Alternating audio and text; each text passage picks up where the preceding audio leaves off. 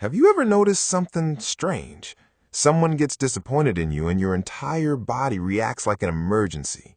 You explain yourself, you overthink it, you replay the conversation. You start wondering if you said the wrong thing. Maybe you should have been nicer. Maybe you should have replied differently. Maybe you should call them. Maybe you should apologize. And then you do something even stranger. You abandon what you wanted to keep them comfortable. Why? Why does someone else's disappointment feel so heavy? Why does saying no sometimes feel physically painful? Why do some people walk away from a conversation and immediately begin questioning themselves? Because somewhere along the way, your brain learned a dangerous equation.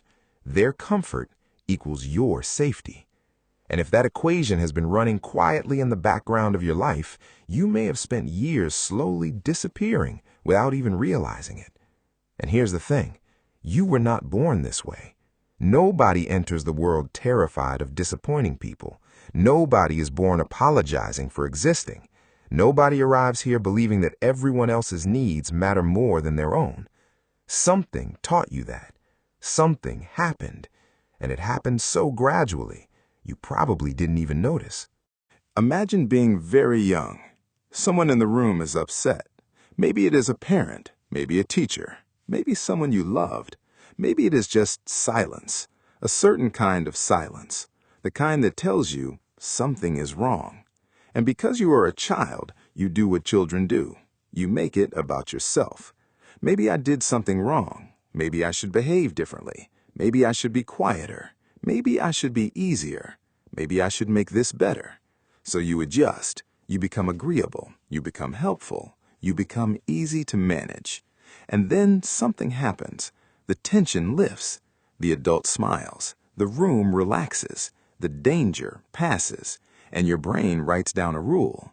When other people are comfortable, I am safe. That rule becomes invisible. You stop noticing it, but it never stops operating. Years later, you call yourself a people pleaser, but your nervous system calls it survival. Your nervous system is ancient. It does not understand social media. It does not understand office politics. It does not understand passive-aggressive text messages. It only understands one question. Am I safe or am I not? Most people have heard about fight. Threat appears, you attack. Most people have heard about flight. Threat appears, you leave. Most people have heard about freeze. Threat appears, you shut down.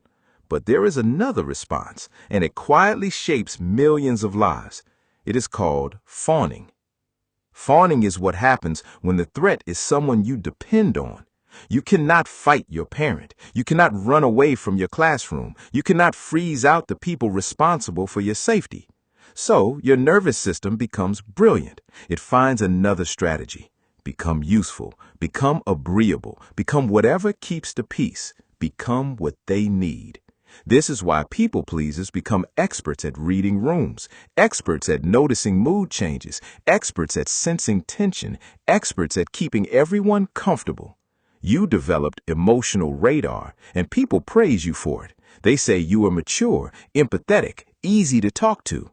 What they do not see is how expensive this gift has been. Because every time you abandoned yourself to keep someone else comfortable, your brain rewarded you with relief. The threat is gone. You are safe again. And eventually, the strategy becomes your personality. This is where people-pleasing becomes dangerous. It does not simply change your behavior. It changes your identity. Imagine your identity as a radio station. When you are young, that signal is weak. It needs time. It needs space. It needs practice. It needs mistakes. It needs permission to exist. But every time you ignore what you actually feel to become what someone else wants, you lower the volume again and again and again, until one day someone asks a simple question, "What do you want?" And your answer is silence. Not because you never had preferences, not because you lacked depth, not because you are broken, but because you spent years becoming whoever the room needed you to be. You became everyone's comfortable version of yourself, and somewhere along the way, you disappeared. You did not lose your identity. You lent it out, little pieces of it, to parents, friends, relationships, co-workers, expectations. So many pieces to so many people that when you finally go looking for yourself, you find fingerprints, but no map. Now comes the uncomfortable part. People-pleasing is often mistaken for kindness.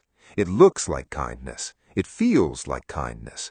People benefit from it. People appreciate it. Some people even depend on it. But inside, something else is happening. Fear. Fear wearing a very convincing costume. You are not saying yes because you genuinely want to. You are saying yes because your nervous system believes someone else's disappointment is dangerous. And the body takes disappointment seriously. That is why your heart races. That is why you over-explain. That is why you replay conversations. That is why setting boundaries can feel terrifying. You are not fighting a person. You are fighting an old survival program. And the strange thing about old survival programs is that they keep protecting us long after the danger is gone. You are no longer that child. You are no longer trapped in that room, but your nervous system is still acting like you are, still negotiating for safety, still earning belonging, still performing, still disappearing. Now comes the uncomfortable part. People-pleasing is often mistaken for kindness. It looks like kindness. It feels like kindness. People benefit from it. People appreciate it. Some people even depend on it. But inside, something else is happening. Fear. Fear wearing a very convincing costume.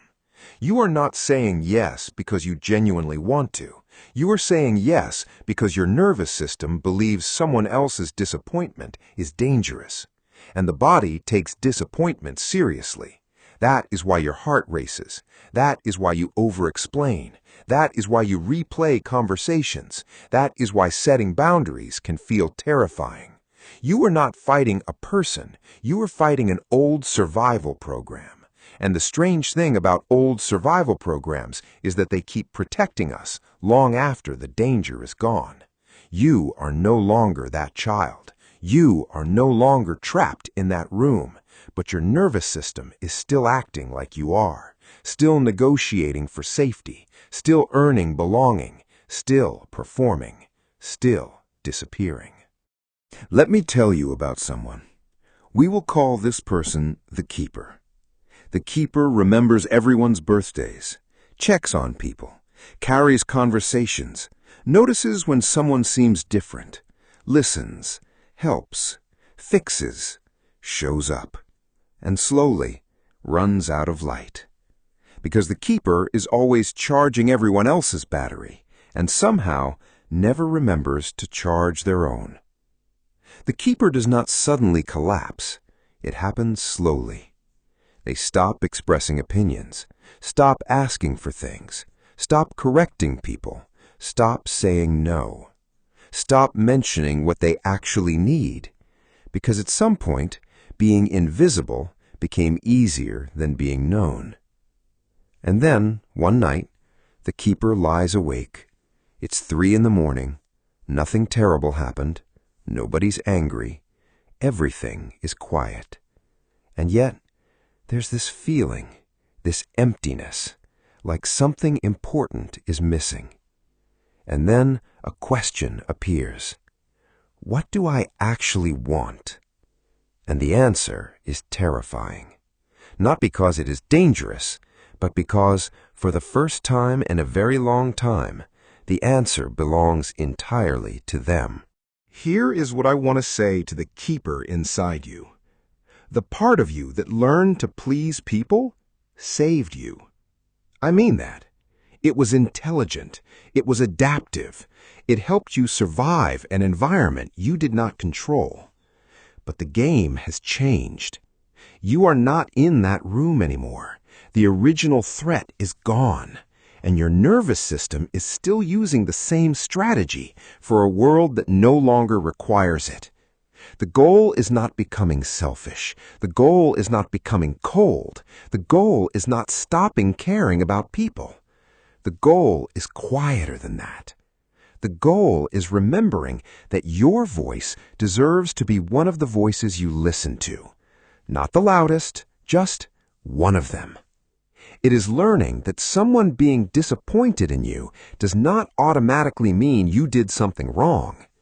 It is learning that relationships requiring your disappearance were never really relationships. They were transactions, and you deserve more than becoming someone else's transaction.